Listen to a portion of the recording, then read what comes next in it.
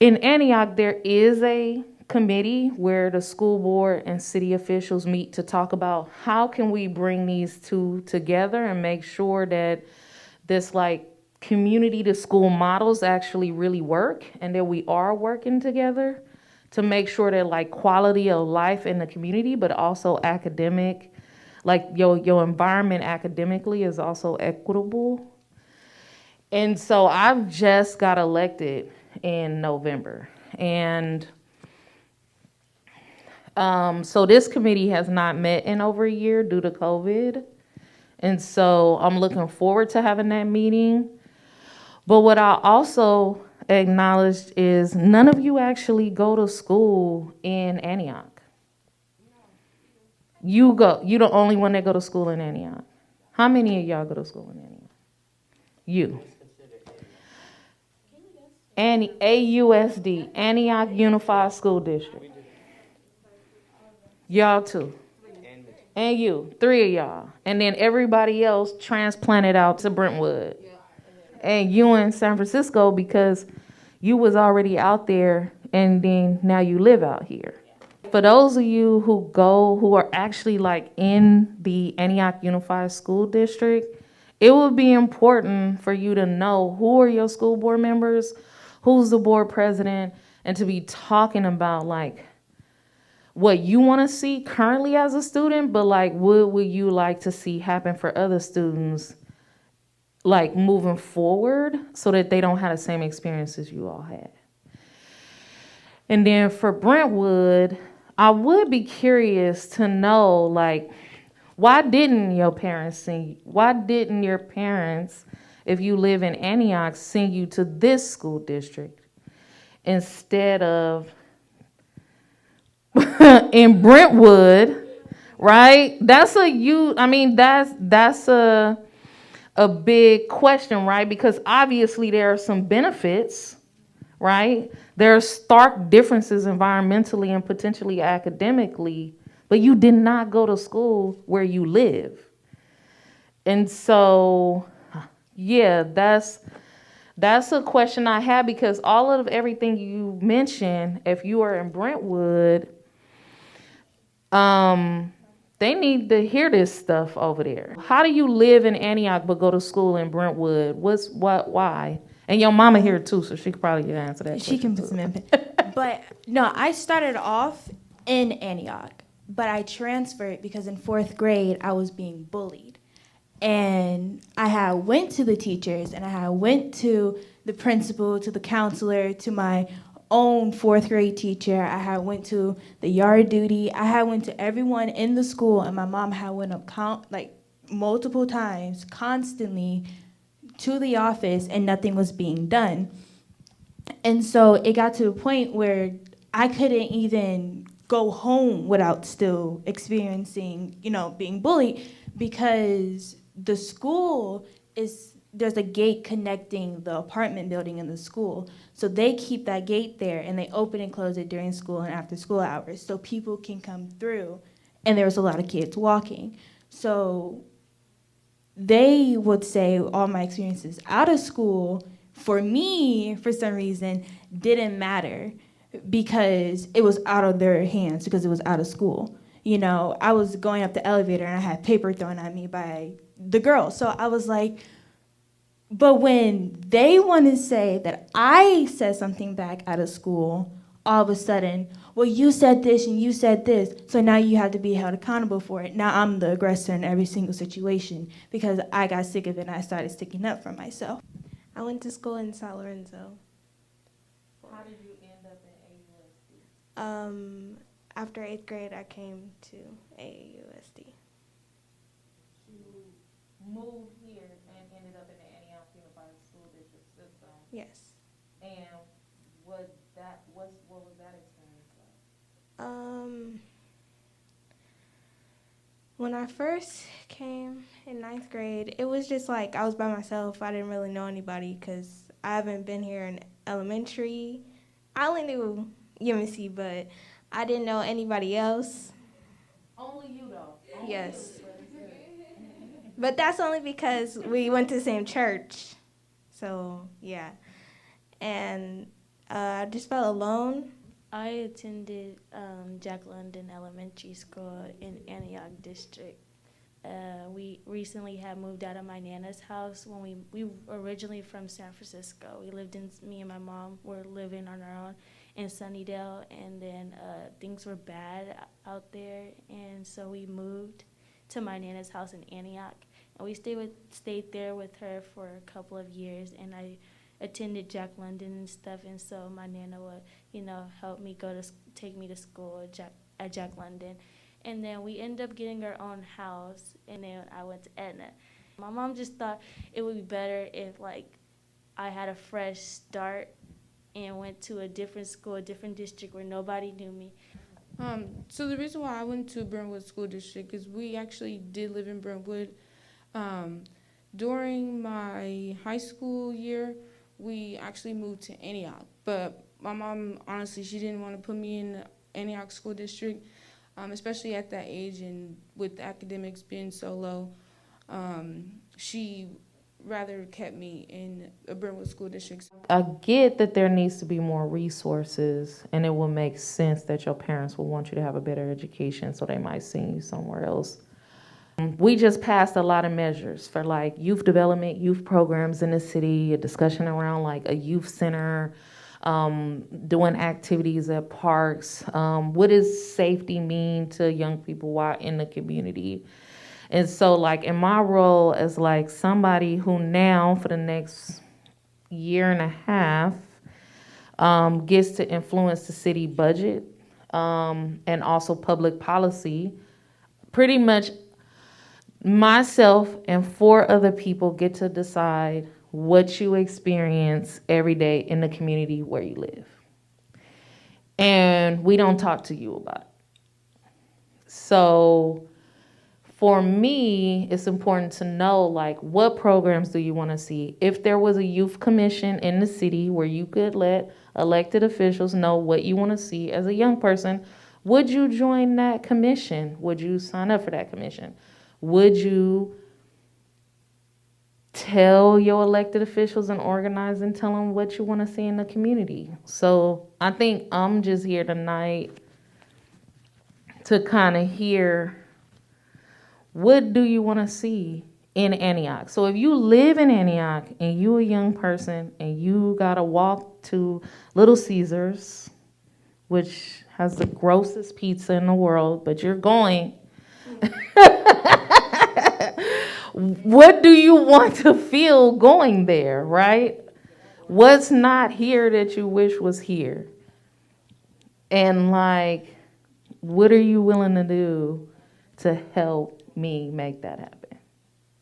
I would like to see a YMCA, maybe a Boys and Girls Club, and then also more, I don't know, just more groups and more black groups.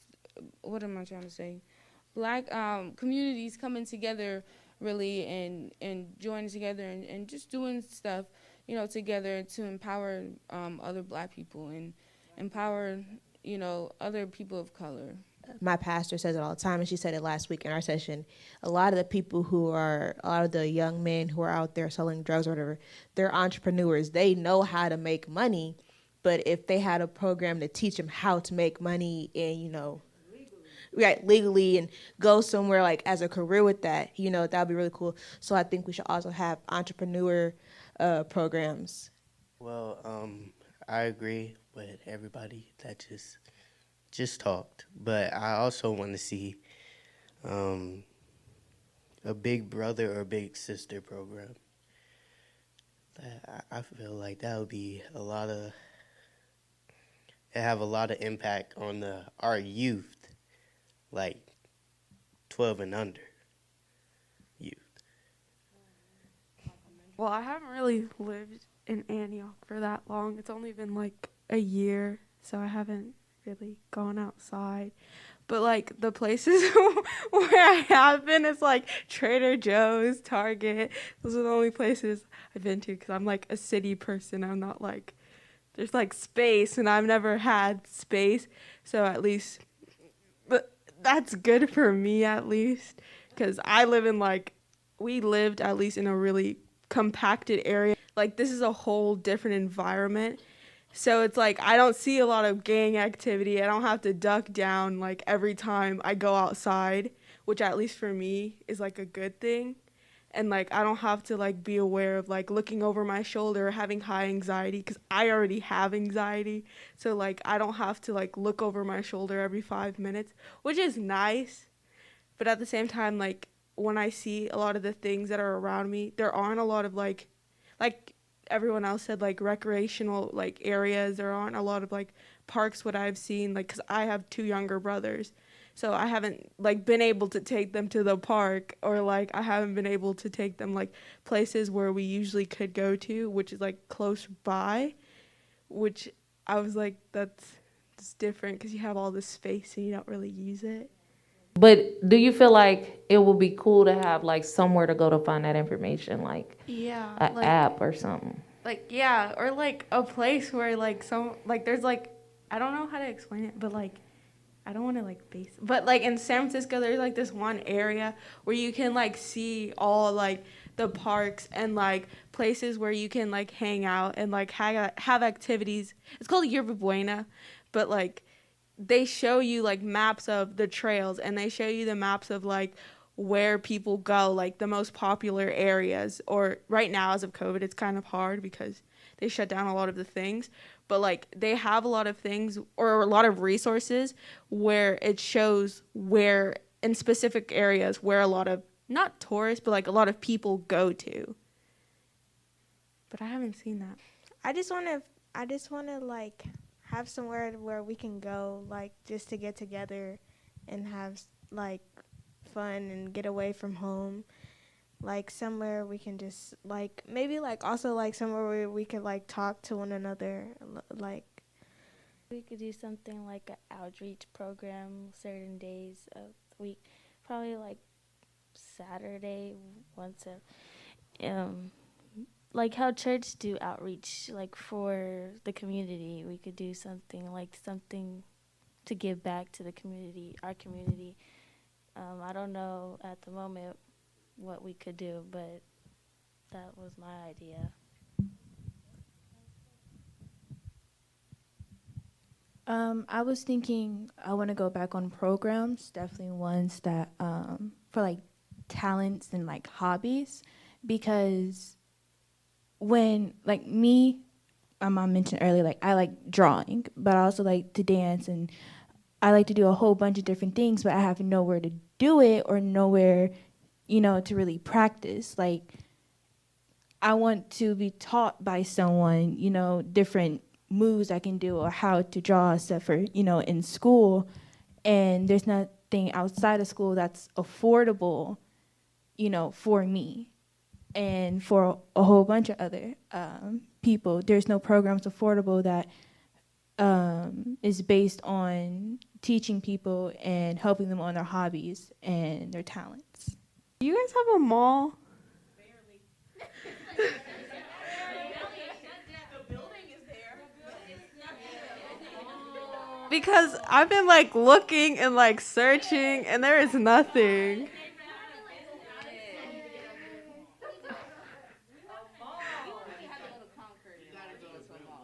Okay.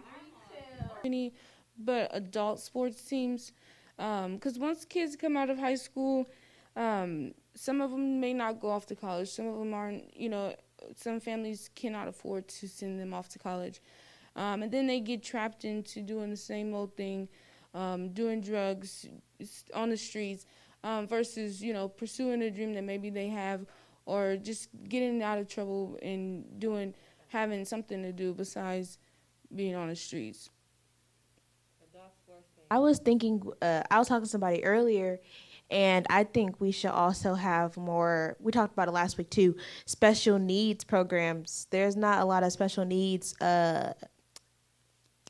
programs and, I can't figure out the word, centered things in Antioch, let alone in Contra Costa. And I feel like we need that, because I know a few weeks ago we were talking and they were saying they barely even have after-school programs for people with special needs anymore. More mental health programs, therapy, affordable therapy, because I just had that part, you know, because a lot of youth, a lot of teenagers, you know, their sudden outbursts, their sudden attitudes are just because they're a teenager, because they're 14, 16 years old, because they're going through puberty. And a lot of teenagers doesn't feel like they can talk to their family members. And I'm going to speak from experience here. But I know I have like 6 different cousins I can go to, but I don't want to go to them because of past experiences. And I know that I need professional help, but now I have to sit here and go, well, does my insurance cover it? Do I have to go? How much is it? You know, is it affordable? Would it work? Am I going to, like, you know, waste my money or whatever? And when I say mental health programs, I'm not saying throw a 20-year-old out there that said that they, you know, they've dealt with depression or whatever, because I basically get that at school with my mentors or my counselors. You're supposed to be there to help me, but the first thing you tell me to do, how are you feeling today? That's cool. You can go back to class. You know? So it's like I want actual professional help, affordable professional help outside of school when I need to and close by. I don't have to drive like an hour away every single day. You know, when I need it, I can go ahead and walk for it. Not have a crisis center in the city of Antioch, which is why Mayor Pro Tem Monica Wilson has proposed to the city council that the city actually fund a crisis response team to show up like in moments of crisis. And we have to acknowledge that by the time somebody is in a crisis, we have already failed.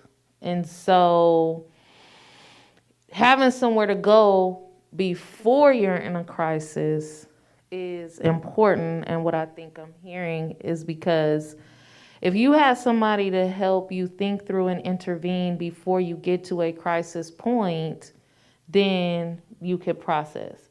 And it would be nice to not have it be somebody who just tell you like, oh, you're fine, you're good, everybody struggle, go back to class or whatever, but somebody that could actually help you process, which is far few in between. And there aren't a lot of Black therapists, Black male therapists, and professionals that are doing like free work. There is the RISE Center, which is in Richmond, and it's a youth center, and it's centering youth. It's like informed by youth experience. And they have counselors and therapists on site, and it's where young people go to get the support that they need if they want it. And so Antioch should have something like that if it's youth-centered and specific. And maybe what you might want to do is reach out to Mayor Pro Tem Monica Wilson and ask her, you know, more about the crisis response team. And like, is there a way to have some support before you're in a crisis for young people in the city? And that's what I would do. I think what I also heard was like not a mentor, like not just a mentor or somebody with a collective experience, but like if you talk to a mentor, like for instance, I'm a mentor to a lot of people. And so I might have a conversation with somebody and be like, I'm not equipped to help this person. Like this person needs some professional help. I probably say that about half the people that I talk to because I think everybody needs mental health support. But for the most part, I will acknowledge when I'm not equipped to help somebody, and I will make a referral. And what I hear you saying is like, you don't want to have to not get the help you need because you can't afford it. And that the help shouldn't only be available, it should be affordable or free to get that kind of like certified help. So it's also like mentors are good, but like it's even better to have a mentor to acknowledge when they can't help you. And then it's even greater to have the resources available that you could access rather than sending you down a rabbit hole, which is our healthcare system, which doesn't love, protect, or serve Black people. So I think so I'm just agreeing with you. It all makes sense. The question is, what are you ready to do about it? Organizer, right? So like I'm here as an elected official. I'm an activist that became a city council member. So my orientation is always to ask you, well, what are we gonna do about it, right? Because that's the biggest question is like, well, what are we collectively going to do? When you participate in democracy and you vote to put somebody in office to represent you, you haven't done your duty if you just vote. Like, you vote and then you hold them accountable, you work with them, you make demands, and you also don't just ask them, like, what are they gonna do? You also make some decisions, say, like, this is what I think you should do, and this is what I think should be done, and then I'm willing to step up. That's all about public service, right? And somebody mentioned volunteering. So I think, like, again, I'm not a school board member, so I have no authority over what happens in the school district other than the power to meet with other school board members as peer electeds and raise your concerns to them and say, now, what are you gonna do about it to them, right? And then to be able to have you all back that up with emailing them and saying, like, these are our concerns and we want something to be done about it, right? It's all a part of small d democracy is what this is all about. And just saying what we want often is not enough in these systems. Because we could have this conversation tonight and then nothing will change unless we all agree that we're gonna do something about it. So school board issues, I can take all of these issues to the city and school standing committee and say, like, this is what I heard from young people about AUSD. And like, what are you willing to do about it? And do you want to talk to them like I talk to them about what they want to see? And then for the city council, I could take these things to my peers on the city council and say, I know we have an agenda for youth development, but these are some of the things that young people said they want to see. And so what is our role to like help make this happen? Actually, I was talking to somebody today. Starting next week, I'm going to start planning it and putting it together. But I'm actually trying to put together a girl support group here in Antioch for the teens. And so our first meeting for that is on Monday to start building it up. Also, I graduated from LMC last year, but while I was there, I also put together a mental health sip and chat session that was about 2 hours long. And we answered anonymous questions from the people who were there. And we had like professional mental health professionals answer their questions and guide them through it. So that's what I'm doing to help in Antioch. I guess I'm sitting here, I'm like, I just want to start getting in touch and working with, not the school board, because during the meeting, a lot of our problems are in the schools. And you're telling us that's not my position, that's not where I have authority over. So I'm saying, like, well, somebody got to have authority over something. So I want to be in the school board. I want to be working with the school board because there's too much. There's too much going on with the students. And right now, it's only go to school and make sure your grades are good or make sure you're in check and your behavior's in check. You know, it's like you're not going deep down. You teachers are a part of the youth's lives all the time for years and years and years. I'm at school more than I'm at home. I'm with my friends or I'm with my teachers, it's just our teachers are like our second parents. They're just teaching us more academic wise, but at the end of the day, they are with us as much as our parents are, and probably even longer. So there's too many issues for me to sit here and be in the school district and not do anything. I want to be with them. I want to be working with them. You could start by making a public comment at the next school board meeting. I mean, the lowest hanging fruit is public comment at a school board meeting or a city council meeting about whatever you want to talk about.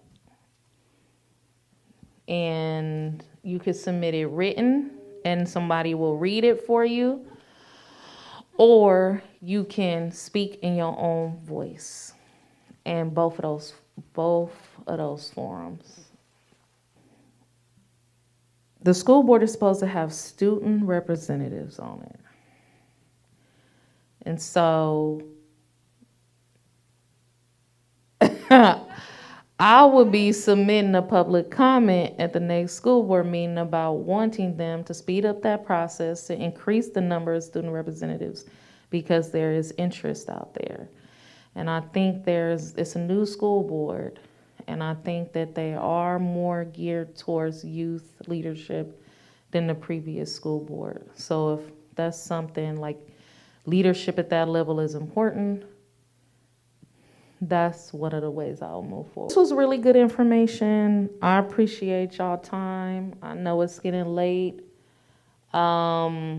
I appreciate the Office of Racial Equity and Social Justice in Contra Costa, Tiki, and Reverend Martin for inviting me to y'all space today. And I got a lot of notes and a lot of information to consider and take back and to think about. The council just attempted to move forward 14 initiatives on youth development in the city last night. None of them are final. They're all still in the discussion phase. So if it's possible, I would like to meet with you all again and walk us through a discussion on all 14 of those initiatives and hear what you think about each and every last one of them. We didn't touch on public safety, but I know that gun-related incidents are up in the city. We didn't talk about safety much, but I'm hoping the next time I get to see you guys that if you have any ideas around how to make the community safer, especially for when you come outside, then that would be helpful as well. Because I have a lot of ideas, because I have a lot of experience. But I also think it's important to hear from you all. You know what?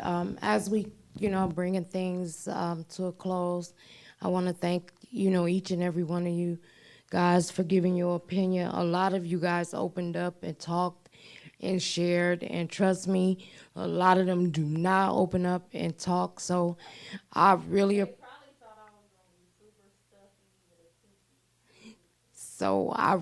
appreciate you ladies for doing that, especially you, Boo, for doing that for us. You guys' voice matter. I want you to know how important that is, that you do have a voice. Committed to this work. We committed to this work on or off camera. This is something that needs to be done. We were talking about the changes that need to be made. Our youth, so much need to be poured into our youth. Our youth is still hurting. They still talking about childhood things. It's obvious that even as they're growing, there is still such a need. There's a cry, there's help needed. We're with it. So once again, we thank you for coming out and being so transparent. And we're here. The office stand behind the council. So whenever you need us, we're here.